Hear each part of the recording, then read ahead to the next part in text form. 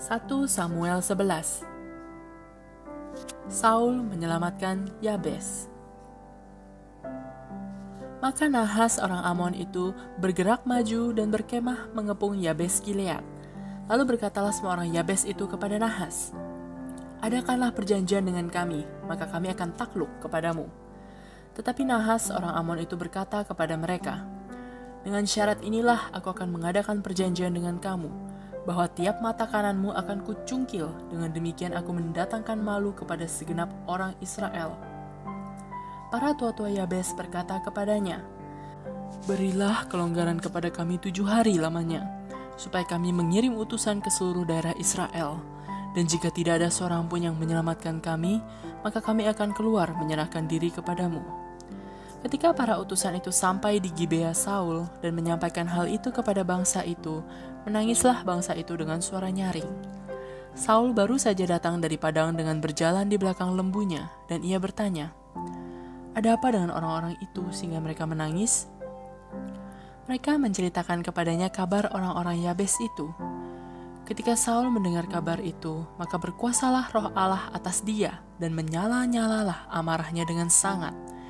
Diambilnyalah sepasang lembu, dipotong-potongnya, lalu potongan-potongan itu dikirimkannya ke seluruh daerah Israel dengan perantaraan utusan. Pesannya, "Siapa yang tidak maju mengikuti Saul dan mengikuti Samuel, lembu-lembunya akan diperlakukan juga demikian." Lalu Tuhan mendatangkan ketakutan kepada bangsa itu, sehingga majulah mereka serentak. Ketika Saul memeriksa barisan mereka di Bezek, maka ada 300.000 orang Israel dan 30.000 orang Yehuda. Kepada para utusan yang datang itu dikatakan, "Beginilah kamu katakan kepada orang-orang Yabes Gilead, besok pada waktu panas teriknya matahari akan datang bagimu penyelamatan." Ketika para utusan kembali dan memberitahukan hal itu kepada orang-orang Yabes, bersukacitalah mereka.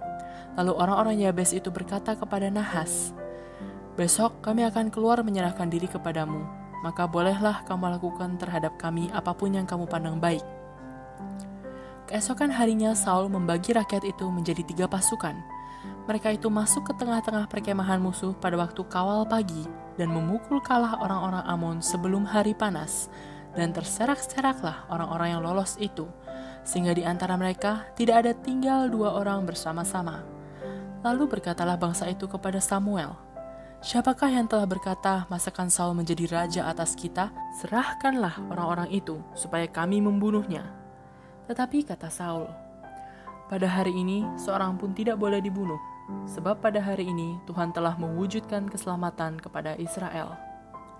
Dan Samuel berkata kepada bangsa itu, "Marilah kita pergi ke Gilgal dan membaharui jabatan raja di sana." Lalu pergilah seluruh bangsa itu ke Gilgal dan menjadikan Saul raja di sana di hadapan Tuhan di Gilgal. Dan mereka mempersembahkan di sana korban keselamatan di hadapan Tuhan. Dan bersukarialah di sana Saul dan semua orang Israel dengan sangat. 1 Samuel 12. Samuel minta diri dari bangsa itu.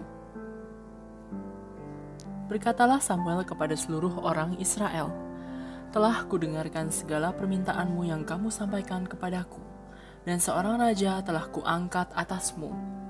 Maka sekarang raja itulah yang menjadi pemimpinmu. Tetapi aku ini telah menjadi tua dan beruban, dan bukankah anak-anakku laki-laki ada di antara kamu? Akulah yang menjadi pemimpinmu dari sejak mudaku sampai hari ini.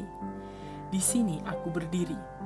Berikanlah kesaksian menentang aku di hadapan Tuhan dan di hadapan orang yang diurapinya. Lembu siapakah yang telah kuambil? Keledai siapakah yang telah kuambil? Siapakah yang telah kuperas? Siapakah yang telah kuperlakukan dengan kekerasan? Dari tangan siapakah telah kuterima sogok sehingga aku harus tutup mata? Aku akan mengembalikannya kepadamu."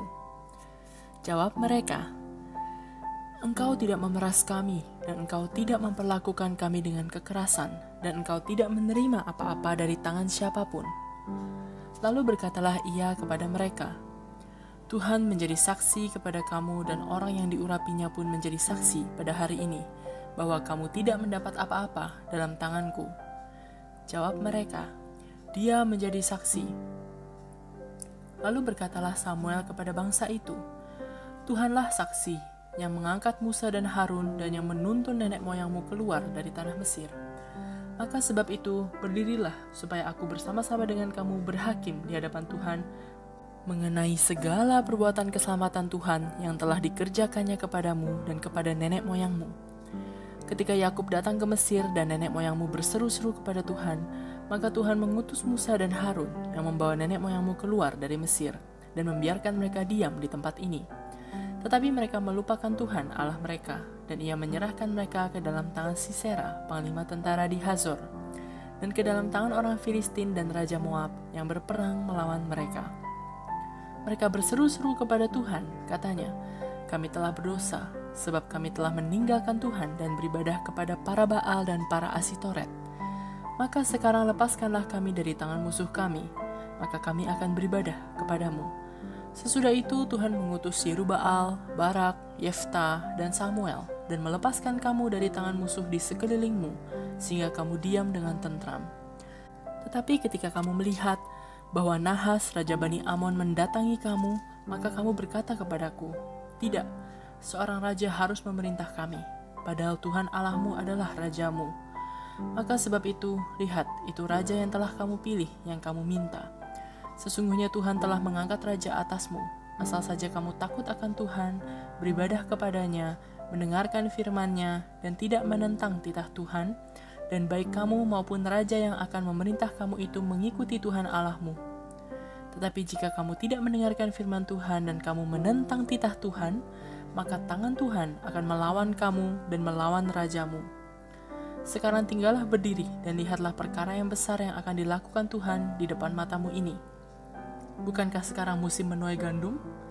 Aku akan berseru kepada Tuhan supaya Ia memberikan guruh dan hujan. Lihatlah dan sadarlah bahwa besar kejahatan yang telah kamu lakukan itu di mata Tuhan dengan meminta raja bagimu. Lalu berserulah Samuel kepada Tuhan, maka Tuhan memberikan pada hari itu guruh dan hujan, sehingga sangat takutlah seluruh bangsa itu kepada Tuhan dan kepada Samuel. Berkatalah seluruh bangsa itu kepada Samuel, "Berdoalah untuk hamba-hambamu ini kepada Tuhan Allahmu, supaya jangan kami mati. Sebab dengan meminta raja bagi kami menambah dosa kami dengan kejahatan ini." Dan berkatalah Samuel kepada bangsa itu, "Jangan takut, memang kamu telah melakukan segala kejahatan ini, tetapi janganlah berhenti mengikuti Tuhan, melainkan beribadahlah kepada Tuhan dengan segenap hatimu. Janganlah menyimpang untuk mengejar dewa kesia-siaan yang tidak berguna dan tidak dapat menolong, karena semuanya itu adalah kesia-siaan belaka. Sebab Tuhan tidak akan membuang umatnya, sebab namanya yang besar. Bukankah Tuhan telah berkenan untuk membuat kamu menjadi umatnya? Mengenai aku, jauhlah daripadaku untuk berdosa kepada Tuhan dengan berhenti mendoakan kamu. Aku akan mengajarkan kepadamu jalan yang baik dan lurus. Hanya takutlah akan Tuhan dan setialah beribadah kepadanya dengan segenap hatimu. Sebab ketahuilah betapa besarnya hal-hal yang dilakukannya di antara kamu. Tetapi jika kamu terus berbuat jahat, maka kamu akan dilenyapkan, baik kamu maupun rajamu itu." 1 Samuel 13. Ketidaktaatan Saul waktu orang Filistin datang menyerang. Saul berumur sekian tahun ketika ia menjadi raja. 2 tahun ia memerintah atas Israel. Saul memilih 3.000 orang dari antara orang Israel. 2.000 orang ada bersama-sama dengan Saul di Mikmas dan di pegunungan Betel, sedang 1.000 orang ada bersama-sama dengan Yonatan di Gibea Benyamin. Tetapi selebihnya dari rakyat itu disuruhnya pulang masing-masing ke kemahnya. Yonatan memukul kalah pasukan pendudukan orang Filistin yang ada di Geba, dan hal itu terdengar oleh orang Filistin.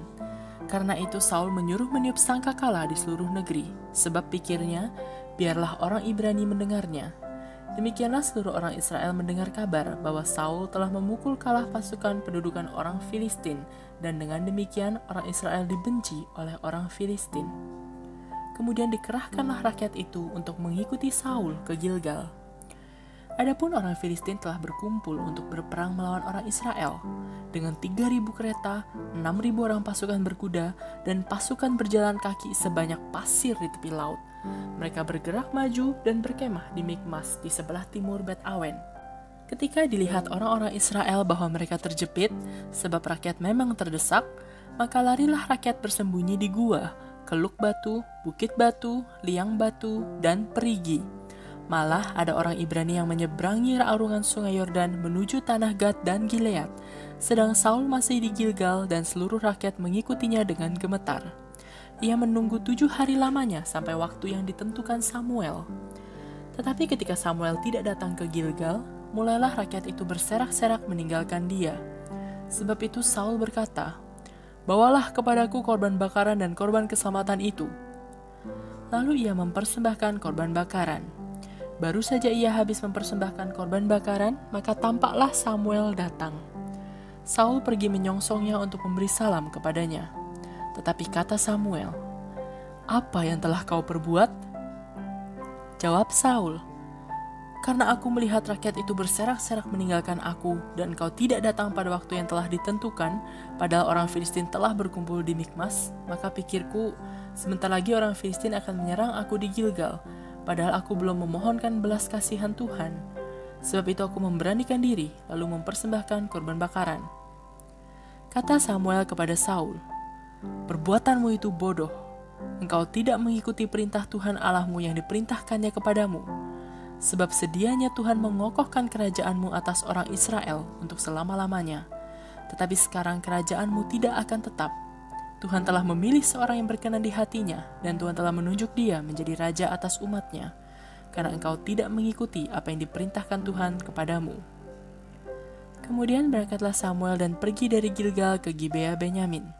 Tetapi Saul memeriksa barisan rakyat yang ada bersama-sama dengan dia itu, kira-kira 600 orang banyaknya. Saul dan Yonatan anaknya dan rakyat yang ada bersama-sama dengan mereka tinggal di Geba Benyamin, sedang orang Filistin berkemah di Mikmas. Maka keluarlah orang-orang penjarah dari perkemahan orang Filistin dalam 3 gerombolan.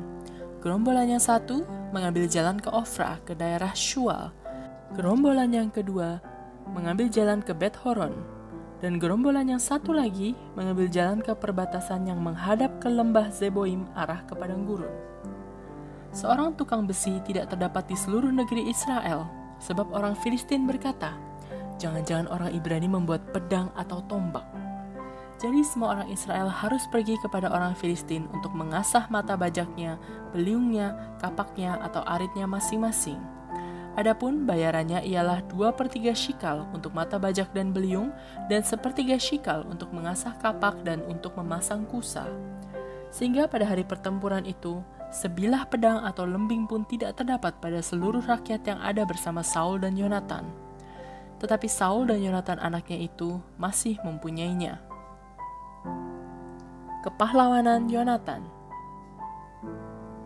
Dan suatu pasukan pengawal orang Filistin telah keluar ke pelintasan gunung di Mikmas.